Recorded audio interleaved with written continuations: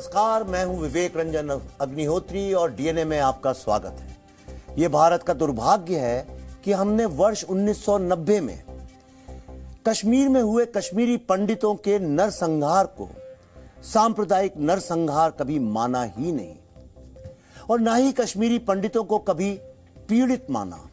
और यही कारण है कि उस हत्याकांड के 32 साल बाद भी कश्मीरी पंडित, कश्मीरी हिंदू कश्मीर में अपना घर तलाश रहे हैं और वो अपने घर तो लौटना चाहते हैं, लेकिन वहां लौटने के लिए कुछ बचा ही नहीं है। हमारे देश में इससे पहले जितने भी सांप्रदायिक दंगे हुए उन पर फिल्में भी बनी, किताबें भी लिखी गईं और इन दंगों को चुनावी मुद्दे भी बनाए गए, लेकिन ना जाने क्यों कश्मीरी हिंदुओं का ना तो कभी मुद्दा बना, ना बड़ी स्क्रीन तक उनका दर्द पहुंचा और ना ही कभी उनकी पीड़ा चुनाव में मुद्दा बन के उभरी। यह नरसंहार हिंदुओं का हुआ था, इसलिए हमारे देश के लोगों ने इसकी तरफ कभी ध्यान ही नहीं दिया।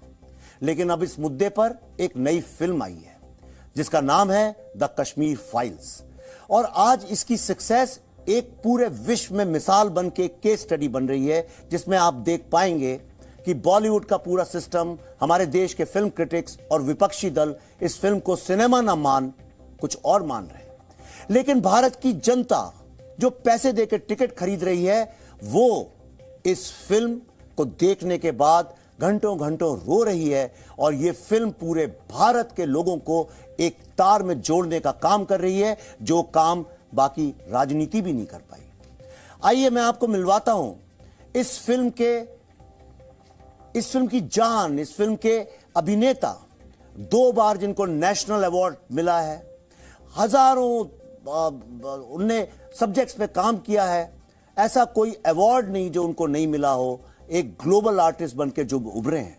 लेकिन उससे भी ज्यादा हमारे दिल के बहुत करीब इस फिल्म की soul Padma Bhushan Shri Anupam Kher ji. Thank you Vivek, आपका बहुत बहुत स्वागत है आज डीएनए में। जी धन्यवाद। मुझे अच्छा लगा कि आज डीएनए की ओपनिंग आप कर रहे हैं और बिल्कुल अच्छी तरह से आपने ओपनिंग की है। और आप मुझसे सवाल पूछिए। मैं आपसे सवाल जरूर पूछूंगा, लेकिन उनको बुला लें जो नहीं, जिस तरह से ये कहानी सुनाने में इतनी देर हो गई, उसी तरह से आज हमारे जो इसके असली अभिनेता हैं उनको आने में देर नहीं होगी। मैं अब आपको मिलवाता हूं एक ऐसे व्यक्ति से जिन्होंने कश्मीर के मुद्दे को लगातार अपने इस प्रोग्राम डीएनए में, अपनी चैनल में हमेशा जिंदा रखा और कश्मीरी हिंदुओं को एक आशा की किरण दिखाते रहे। जैसा कि एक डायलॉग खेर साहब आपने बोला है फिल्म के अंदर, impossible takes time but you must keep hope. Absolutely. तो अब मैं आपके सामने प्रस्तुत करता हूं श्री सुधीर चौधरी जी को। सुधीर जी, आपका बहुत बहुत डीएनए में स्वागत है आज। Thank you Vivek, thank you Anupam ji. जी। और आप सबका भी बहुत बहुत स्वागत है। आज हमने डीएनए को एक नए तरीके से शुरू किया और आज आप ऐसा समझ लीजिए कि विवेक जी और अनुपम जी शानदार कलाकारों को आज हम आपके सामने पेश कर रहे हैं और एक ये यूनिक तरीका है कि आज हमने ये मंच उनको दिया। इससे आप समझ सकते हैं कि जी जो है, हम और आप कश्मीरी हिंदुओं के इस मुद्दे से अपने आप को कितना जोड़कर देखते हैं। तो बातचीत हम शुरू करते हैं। विवेक, आपने फिल्म बनाई, बड़ा रिस्की सब्जेक्ट था क्योंकि इस सब्जेक्ट को कभी किसी ने टच नहीं किया, लेकिन मैं ये भी देख रहा हूं कि ये फिल्म षड्यंत्रों का शिकार हो रही है, बहुत लोगों को पसंद नहीं आ रही है। फिल्म की कहानी क्या है तो लोगों को अब तक पता चल चुका है क्योंकि फिल्म लोग लगातार देख रहे हैं, लेकिन षड्यंत्र के बारे में आप बताइए, क्या षड्यंत्र हो रहे हैं इस फिल्म को लेकर अभी तक? नहीं, अब षड्यंत्र तो देखिए, I had signed up for this. जब हमने शुरू की थी हमको ये पता था कि हम ओखली में सर डाल रहे हैं, तो इसलिए उस मूसर से क्या डरना जो हमारे यहाँ कहते हैं। षड्यंत्र से ज्यादा अफसोस की बात यह है कि लोग नंबरों में बांट रहे हैं इस पीड़ा को। कोई पहले कह रहा था कि नहीं भाई 4000 लोगों का कत्ल नहीं हुआ, ये तो 1500-2000 का हुआ। उसके बाद वो नंबर घटा के ले आया, नहीं 219 का हुआ, और आज कोई कह रहा है कि सिर्फ 88 लोगों का हुआ। मैं एक सवाल ये जानना चाहता हूं, एक भी आदमी का एक स्वतंत्र राष्ट्र में अगर जाति या पंथ किसी चीज को लेकर मर्डर होता है, उसका जो डिनायल है वो सबसे बड़ा पाप है, और जो पाप कलेक्टिवली हम लोगों ने किया है कि हमने इस जेनोसाइड को डिनाई किया है। अनुपम जी, एक अच्छा कलाकार उसको माना जाता है जो वो नहीं है और वो भूमिका वो पर्दे पर करे, जैसे आपने 1984 में अपनी पहली फिल्म सारांश में किया था। आप 29 साल के थे, लेकिन एक बूढ़े की भूमिका आपने की थी। जी। लेकिन इस फिल्म में आप जो हैं वही भूमिका आप कर रहे हैं। और ये मुझे यकीन है कि आपके लिए बहुत स्पेशल, बहुत खास होगी ये फिल्म और ये भूमिका। मेरे लिए जब मैं सारांश कर रहा था, मेरे ज़िंदगी और मौत का सवाल था, क्योंकि मैं अगर उस फिल्म में कामयाब नहीं होता तो फिर मैं सड़कों पर आ जाता, फिर मैं रेलवे प्लेटफॉर्म पे सोता। तो मैंने अपना पूरा स्ट्रगल जो था, पूरी अपनी जो ह्यूमिलिएशन थी, जो लैक ऑफ डिग्निटी जो मुझे मिलती थी, उसको मैंने उस रोल में डाल के इस्तेमाल की थी। मगर 522 फिल्में करने के बाद जब कश्मीर फाइल मेरे पास आई, विवेक जी लेकर आए, तो शायद मैं उस उम्र का हूँ जिस उम्र का मैं रोल कर रहा हूँ, मगर जो उसका दर्द है वो 32 साल से लेकर घूम रहा हूँ। और जो उसका रिप्रेजेंटेशन था, सारांश में मैं गलत हो सकता था, मगर इसमें मैं गलत नहीं हो सकता, क्योंकि मेरे सर पर उन 5 लाख लोगों का भार था जिनका पलायन हुआ था, जिनका जेनोसाइड हुआ था, जिनको छोड़ के जाना पड़ा था। मेरे कैरेक्टर का नाम पुष्करनाथ है, जो मेरे पिताजी का नाम था। विवेक ने उस नाम को डिसाइड किया था। तो मेरे पिताजी के प्रति जो मेरा प्यार था या जो उनकी तकलीफ थी, उसको भी दिखाना बहुत ज़रूरी था। तो उस पॉइंट ऑफ व्यू से आपकी बात सही है कि शायद मैं आज उस उम्र में हूँ, मगर मेरे लिए ये बहुत बड़ी चुनौती थी।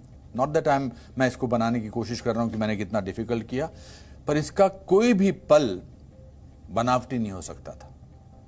इसका दर्द, इसकी तकलीफ एक्टिंग से नहीं, मेरी सोल से, मेरे आत्मा से और मेरे दिल से निकल कर आनी थी।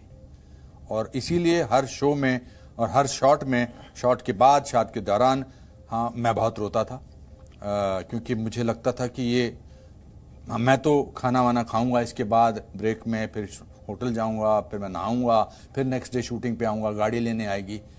मगर जिन लोगों के साथ ये असली हुआ था, उनके साथ तो ऐसा कुछ नहीं होने वाला था, and that was very tragic. तो इस हिसाब से मेरी जिंदगी का सबसे मुश्किल रोल रहा है। या हम कह सकते हैं कि पहली बार आपने एक्टिंग नहीं की? पहली बार एक्टिंग नहीं की, हाँ, ये आप बोल सकते हैं। हाँ। जी, जिया है, मगर उसको आजकल जिया है, अब मैंने बड़ा इसमें महसूस किया, उसके भी अलग अलग रिप्रेजेंटेशन हो चुके हैं, बट इसका रिजल्ट जो आया है, लोगों ने जो महसूस किया है, लोगों ने जो दिखाया, आई थिंक विवेक ने इतनी खूबसूरती से ये लिखा है। खूबसूरती मतलब इतना दर्द, इतने तकलीफ, क्योंकि इतने सारे लोगों को इंटरव्यू किया था, कि वो सच, मुझे सिर्फ सच को रिप्रेजेंट करना था, जो कि सबसे ज़्यादा मुश्किल होता है, क्योंकि एक्टिंग में झूठ होता है। आप जो करना है, पर सच को सच बनाने के लिए 2 लोगों की ज़रूरत होती है, एक जो सच कह सके, जो दूसरा सच सुन सके। तो ये बहुत ज़रूरी है। मैंने देखा विवेक, वीडियोस में लोग आ रहे हैं, आपको गले लगा के रो रहे हैं, और मतलब ऐसा पहले कभी हमने देखा नहीं कि किसी फिल्म को देख के फिल्म निर्देशक के गले लग के लोग रोने लगे। यानी रोने को तो मैं समझता हूं, जब 70-80 साल की मेरी माँ जैसी, मेरी दादी जैसी औरतें हैं, मेरे पाँव छूने लगती हैं, तो मैं आपको बता नहीं सकता हूं सुधीर, मुझे लगता है धरती फट जाए, मैं समा जाऊं। ये पीड़ा, मतलब हमने एक 80 साल की महिला को इतना विवश कर दिया एक आजाद भारत में, कि उसको एक फिल्म मेकर के पांव पे गिर के रोना पड़ रहा है। यानी मैंने कहा था, आपका शो, मैं एक जब भारत की बात में गांव जा रहा था, मैंने आपको फोन करके कहा था कि आपका शो बुढ़ी औरतें बहुत देखती हैं, और मुझे समझ में आ रहा है कि क्यों देखते हैं। प्रॉब्लम ये हो गया है कि हमने भारतीयों से भारतीय भाषा में बात करना बंद कर दिया है। हमने भारतीयों को यह बोलना शुरू कर दिया है कि नहीं, तुम देखो अमेरिका में ऐसा होता है, वेस्ट में होता है, तो तुम वैसी बात करो। और हर समय उनको एक ग्लानी, एक गिल्ट, एक ऐसे उसमें डाल दिया है कि आदमी थोड़ा झुका डरा सा रहता है।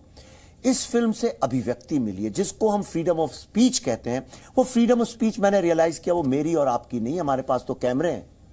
ये फ्रीडम ऑफ स्पीच उस आम आदमी की है जिसकी कोई बात ही नहीं सुनता, उस कश्मीरी हिंदू की है जिसको हमने नंबरों में बांट दिया। इस फिल्म ने उनको फ्रीडम ऑफ स्पीच दी है।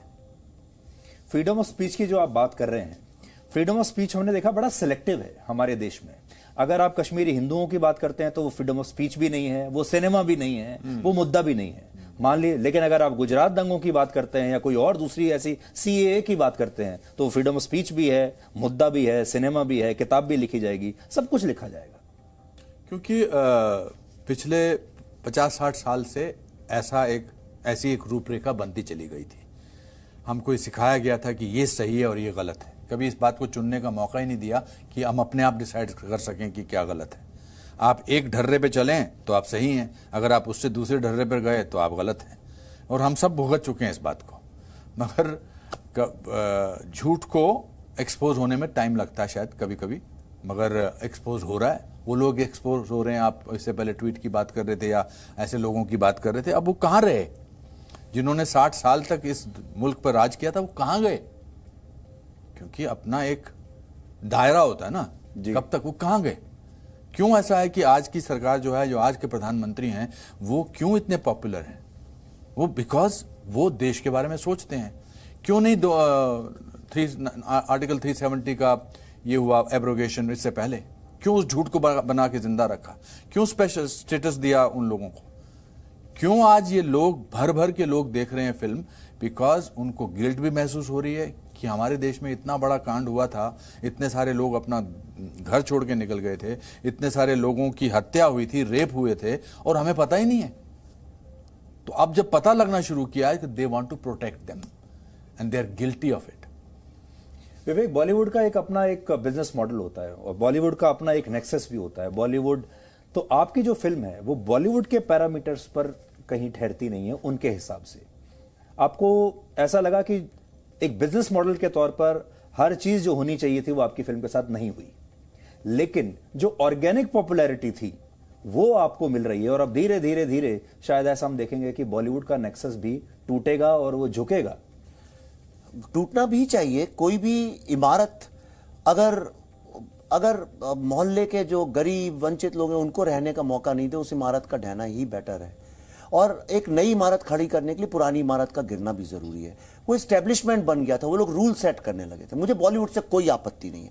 मैं तो गुरुदत्त का बहुत बड़ा फैन हूं, मैं तो विजय आनंद का इतना बड़ा फैन हूं, उन्हें भगवान मानता हूं अपना, राज कपूर साहब का।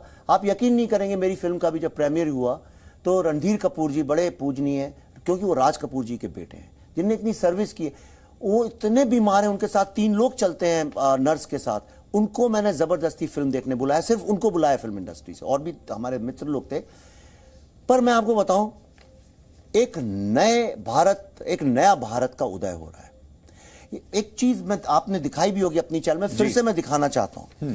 सब लोग दुहाई देते हैं, अमेरिका में रेजोल्यूशंस लेके आते हैं कि सिएटल स्टेट ने बोल दिया कि भाई फैशिस्ट गवर्नमेंट है, कहते हैं यहां 4G नहीं है, कहते हैं वॉशिंगटन टाइम्स में ये छपा है। मैं ये दिखाना चाहता हूं आपको, ये अमेरिका की सबसे ज्यादा डेमोक्रेट, लिबरल और प्रोग्रेसिव स्टेट है, रोड आइलैंड। जब वहां के डेमोक्रेट प्रेसिडेंट अपनी कैंपेन शुरू करते हैं, सबसे पहले यहां स्पीच देते हैं। लोगों ने इस गवर्नमेंट के लिए, इस लीडरशिप के लिए, हम लोग के लिए तरह तरह की बात बोली।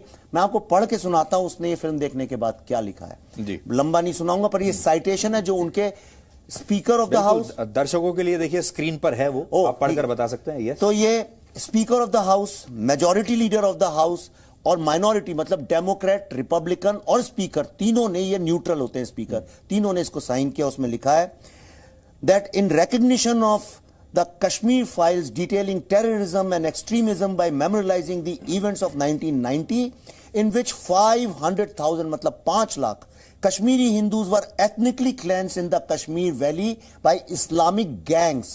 मैं Islamic gangs वर्ड, ये एक सबसे डेमोक्रेट स्टेट ने लिखा है, मैंने नहीं लिखा, मैंने थोड़ी डिक्टेट किया उन्हें।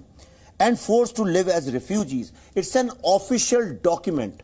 मैं ये कहना चाहता हूं, एक फिल्म की जो ताकत है, या तो भारत की इज्जत आगे ले जाने के काम की जा सकती है, या फिर एक ऐसी भी फिल्म बनाई जा सकती है जिसको बनाने के बाद सबसे प्राचीन मार्तन टेम्पल, उस फिल्म के बाद वहां के लोग उसको शैतान की गुफा बोलने लगे। फिल्म डैमेज भी कर सकती है हेरिटेज को और उसको खड़ा भी कर सकती है। आपने इस्लामिक गैंग्स की बात की और हम भी ये देखते आ रहे हैं कि ये जो कश्मीर है, इसकी जो समस्या जो बताई गई, it was all about Muslims. और यासीन मलिक को एक जमाना था जब हमारे यहां यूथ आइकॉन माना गया। यासीन मलिक से भारत के प्रधानमंत्री दिल्ली में बुलाकर मिलते थे, फोटो खींचती थी और उसको यूथ आइकॉन माना जाता था। ये सिर्फ ये थ्योरी पर कि वहां मुसलमानों पर अत्याचार हो रहा है, भारतीय सेना कर रही है। तो ये आप सोचिए कि 360 डिग्री शिफ्ट है नैरेटिव का। बिल्कुल, आप बिल्कुल सही कह रहे हैं। और जिनको मैं इंटेलेक्चुअल समझता था, जिनकी मैं बड़ी इज्जत भी करता था, मैं कहता ये बात देखो इनने बोली है, वो खड़े होके कि एक हमारी जर्नलिस्ट ने उन्होंने बोला था, तब मैं एनडीटीवी देखा करता था, वो 2-3 ही चैनल्स थी, तो उन्होंने बोला था कि कश्मीरी हिंदू जो हैं वो मुस्लिम का शोषण करते हैं, इसलिए उनके खिलाफ वो हुआ, और छोड़ के एक झूठ बनाया था।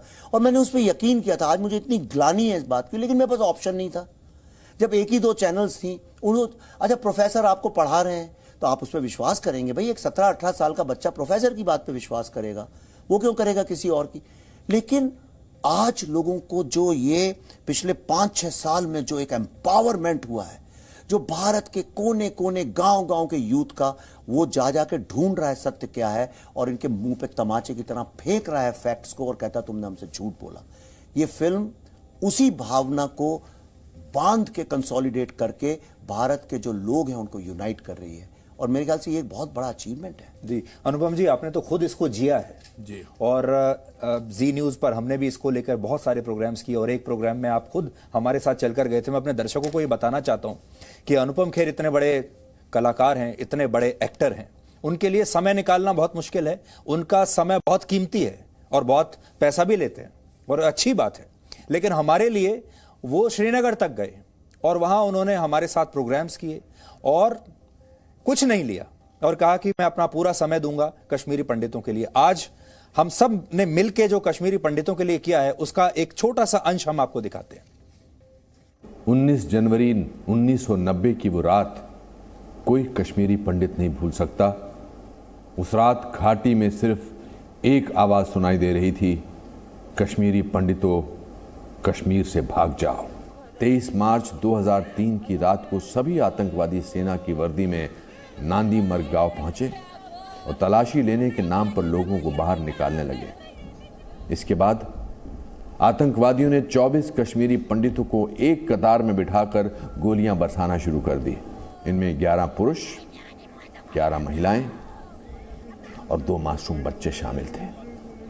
उस वक्त इस घटना की काफी निंदा की गई थी, लेकिन अफसोस इस बात का है कि घटना के 13 वर्ष बीत जाने के बावजूद नांदी मर्ग कश्मीरी पंडितों के साथ हुए अत्याचार के खिलाफ में ना तो किसी ने आवाज उठाई है और ना ही किसी ने अवार्ड वापस किया है। संसद से लेकर सड़क तक सहनशीलता और असहनशीलता के मुद्दे पर बड़ी बहस छिड़ी हुई है। देश के कुछ बुद्धिजीवियों को असहनशीलता का माहौल नजर आ रहा है, लेकिन देश हित की बात करने वाले ऐसे लोगों को अपने ही देश में पराये हो चुके कश्मीरी पंडितों की बेचैन जिंदगी की कोई परवाह नहीं है। ये कैसे हो सकता है कि एक तरफ हम आज़ाद होने का दावा करें और दूसरी तरफ हमारे अपने कश्मीरी पंडित आज भी गुलामों जैसी जिंदगी जीने पर मजबूर रहें। इन दिनों देश के तथाकथित बुद्धिजीवी, साहित्यकार, लेखक, इतिहासकार, फिल्मकार और क्रांतिकारी पत्रकार देश में तथाकथित असहनशीलता के माहौल पर गहन चिंता का प्रदर्शन करने और अवार्ड वापसी की रस्म निभाने में व्यस्त हैं। लेकिन पिछले 25 वर्षों में सहनशीलता की मूर्ति बन चुके कश्मीरी पंडितों की अंतहीन पीड़ा पर कोई भी बुद्धिजीवी अपने आंसू बर्बाद नहीं करना चाहता। डीएनए में अब मैं आपको 19 जनवरी 1990 को हुई एक घटना के बारे में याद दिलाना चाहता हूँ। ये घटना भले ही आज से 26 साल पहले हुई हो, लेकिन इसके जख्म आज भी ताजा हैं। मैं बात कर रहा हूं कश्मीरी पंडितों की, जिन्हें आज ही के दिन उनके अपने स्वर्ग से नर्क जैसी जिंदगी जीने के लिए अपने ही देश में शरणार्थी बनाकर छोड़ दिया गया था। आज हम आपको पिछले 70 वर्षों के दौरान फैलाई गई उस अंतर्राष्ट्रीय फेक न्यूज के बारे में बताएंगे, जिसमें कश्मीर के मामले में भारत को एक खलनायक की तरह पेश किया जाता है और कश्मीर से निकाले गए हिंदुओं के दर्द को वहां कोई जगह नहीं मिलती। जम्मू और कश्मीर पर ज्यादातर चर्चाएं उन अमेरिकी सांसदों द्वारा आयोजित की जा रही हैं जो पाकिस्तान का पक्ष लेते हैं और जिन्हें कश्मीर के हिंदुओं का दर्द दिखाई नहीं देता, कश्मीरी पंडितों का दर्द दिखता नहीं। हमारे देश के विपक्षी नेता, बुद्धिजीवी और डिजाइनर पत्रकार छोटी छोटी बातों पर बेचैन हो जाते हैं। उन्हें लोकतंत्र खतरे में दिखाई देने लगता है। लेकिन 1990 में धर्मनिरपेक्षता लंबी छुट्टी पर चली गई थी और सांप्रदायिकता फुल टाइम काम कर रही थी। कश्मीर में रहने वाले लाखों हिंदुओं को आज से 30 साल पहले कश्मीर छोड़ने पर मजबूर कर दिया गया था, सिर्फ धर्म के आधार पर। लाखों कश्मीरी पंडितों के सामने सिर्फ 3 विकल्प रखे गए थे। पहला विकल्प ये कि वो इस्लाम कबूल कर लें, यानी हिंदू से मुसलमान बन जाएं। दूसरा ये कि वो कश्मीर छोड़कर चले जाएं, अपना घर बार सब भूल जाएं। और तीसरा ये कि वो मरने के लिए तैयार हो जाएं। तो आपने देखा, हर साल हमने इस मुद्दे को आपके सामने उठाया है और हमने ये पूरी कोशिश की कि लोग इस मुद्दे को भूले नहीं। और आज ये शानदार टीम आज हमारे साथ है। Vivek, have you achieved whatever you wanted to achieve? मैं ऐसा कुछ अचीव करने निकला नहीं था। तो मैं, आप जितने साल से मुझे जानते हैं, मेरा भारत के लिए बहुत बहुत अटैचमेंट, क्योंकि मैंने इतना घूमा, बहुत अर्ली एज से मैं पूरा विश्व घूम रहा हूँ, और मैं ये मानता हूँ भारत से अच्छी सभ्यता कोई दुनिया में नहीं है।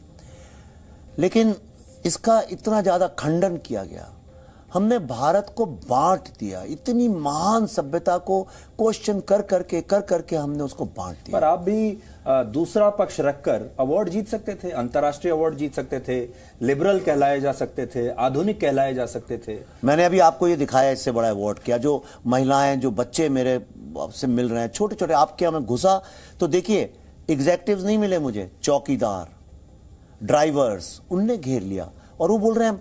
मुझे इतना अच्छा लगता है कि जब नीचे से लोग एम्पावर होकर ऊपर आते हैं। अगर ये फिल्म भारत को जो अभी कर रही है, सबको जोड़ रही है, अगर ये जोड़ने का काम करेगी तो मेरे ख्याल से यही सबसे बड़ा अचीवमेंट होगा। उससे बड़ा मैंने, आप यकीन नहीं करेंगे, मैं बोलूंगा ये बिल्कुल झूठ लगेगा, खेर साहब है, मैं एक बार आपसे कभी फिगर्स या टर्नओवर कितना बिजनेस हुआ है, लोग पूछे, मुझे अभी नहीं पता क्या हुआ है। मैं दौड़ रहा हूं, भाग रहा हूं 24 घंटे, मैं और पल्लवी सो नहीं रहे, सिर्फ इसलिए मुझे लगता है this is our chance and let's not miss it.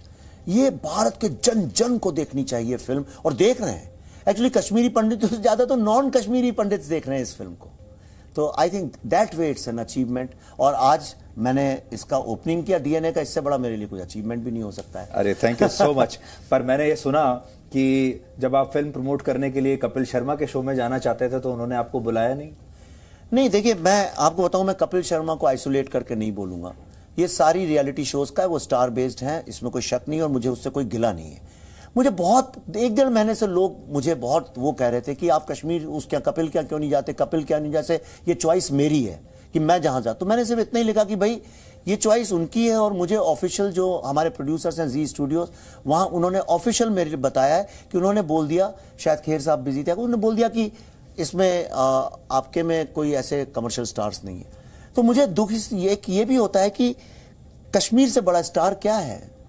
अगर आपके घर में कोई ट्रेजेडी हुई है, उससे बड़ी चीज क्या है? अब हम लोगों को थोड़ा ना ये स्टार नॉन स्टार की बजाय कई बार देश की भी समस्याओं को उसी लेवल पे लाके खड़ा करना चाहिए जो हम एक्टर्स को लाके खड़ा कर देते हैं, सिंगर्स को, सेलिब्रिटीज को। मेरे को देश की अच्छी बातें, देश के जमीन से उगे हुए लोग, उनको भी अब स्टार्स बनाने का वक्त आया है। लेकिन अनुपम जी, कुछ लोग आज ये भी कह रहे हैं कि अब आप सिनेमा हॉल्स को नफरत से भर रहे हैं। देखिए वो कुछ लोग जो है ना, वो तो पूरी जिंदगी यही कुछ बोलेंगे। कुछ लोग बोलते हैं, कुछ लोग करते हैं, हम करने वालों में हैं। ये एक फैशनेबल हो गया कि जो हिंदी मीडियम स्कूल से आया है वो एक खास किस्म का आदमी है या औरत है। जो नेशनलिस्टिक बात करते हैं ये बोरिंग लोग हैं। जो पेट्रियाटिक लोग हैं इनको कुछ समझ में नहीं आता। हम अगर क्रिटिसाइज करते हैं तो हम बड़े हैपनिंग कूल किस्म के लोग हैं। मैं अपने देश से 8 साल छोटा हूँ, और मैं शिमला में रहता था, वेस्टर्न कमांड वहाँ का जो था वो सेंटर था मिलिट्री का। मुझे तो यही सिखाया गया, 62 के वॉर में हमको बोला गया था कि देश के प्रति बात करनी है, 65 के वॉर में, 71 के वॉर में। तो मैं तो बड़ा यही हुआ, और मुझे लगता है कि मेरी खासियत ये है कि मैं देशभक्त हूँ। अब उस खासियत को मैं कैसे हटा दूँ कि भाई जो देशभक्त होना आजकल ठीक नहीं है। वो चल रहा है थिएटर में, क्या यार, पिक्चर से पहले झंडा फहरा देते हैं, जनगण मन गाना पड़ता है। मैं तो कहता हूँ ये मेरी पहचान है, क्योंकि मेरे पासपोर्ट में मेरे नाम के बाद नेशनलिटी लिखा हुआ है, धर्म थोड़ा लिखा हुआ है। तो अगर मेरी पहचान ये है तो मैं उस पहचान को नहीं छोड़ सकता, चाहे मुझे पूरी दुनिया से पंगा लेना पड़े। आप मुझे ये बता रहे हो कि हिंदुस्तानी होना ठीक नहीं है, क्योंकि मेरे लिए हिंदुस्तानी होना वो सब है जो मैं आपको बताया है जी। तो how can I sort of, मैं घर पे तो आके दाल रोटी खाता हूँ ना, चलो बाहर जाके मैं चाइनीज खा लूं, फिर इटालियन खा लूं, पर मैं घर पे तो वही खाता हूं। अब मेरी परवरिश हिंदू की तरह हो, या सुबह उठ के मैं गायत्री मंत्र पढ़ता हूं, या मैं पूजा करता हूं, या ओम श्री गणेशाय नमः सरस्वती महाभाग्य विद्या कमलोची, ये मुझे सिखाया गया है और मुझे बड़ा सुकून मिलता है। मुझे बोला गया कि आप ये पहनो, पर मैं ये भी पहनता हूं, और मैं अंदर ताबीज भी पहनता हूं, क्योंकि ये किसी पीर फकीर ने मेरी माँ को दिया है। मुझे कोई, मेरे माता पिता जब मुझे घर से लेके जाते थे तो रास्ते में जो भी पूजा का स्थान आता था वहां सब जगह नतमस्तक होते थे हम। तो आप मुझसे मेरी भारतीयता छीनने की कोशिश मत करिए, just because you want me to be part of your cool gang. To be honest is cool, to be nationalistic is cool, to be patriotic is cool, to be on time is cool, and to wear this kind of a jacket is cool also. So ये coolness की भाषा आज की generation जो है समझने लगी है। विवेक, मैं आप दोनों को बहुत बहुत बधाई देना चाहता हूं कि आप, समाज ने आपको जहां पहुंचाया, आप वापस समाज को वहां से पहुंचकर अपनी पोजीशन का इस्तेमाल करते हुए वापस पे बैक कर रहे हैं। इट्स योर पे बैक टाइम। और बहुत सारे स्टार्स हमने ऐसे देखे जो समाज से लेते तो हैं, स्टार बन जाते हैं, लेकिन पे बैक नहीं करते। तो अनुपम जी, बहुत बहुत शुक्रिया। Thank you. उसका आप नायक हैं। मैं एक ही दो ही लाइन बोलूंगा कि हर सवालो जवाब यही होगा, हर हिसाबो किताब यही होगा।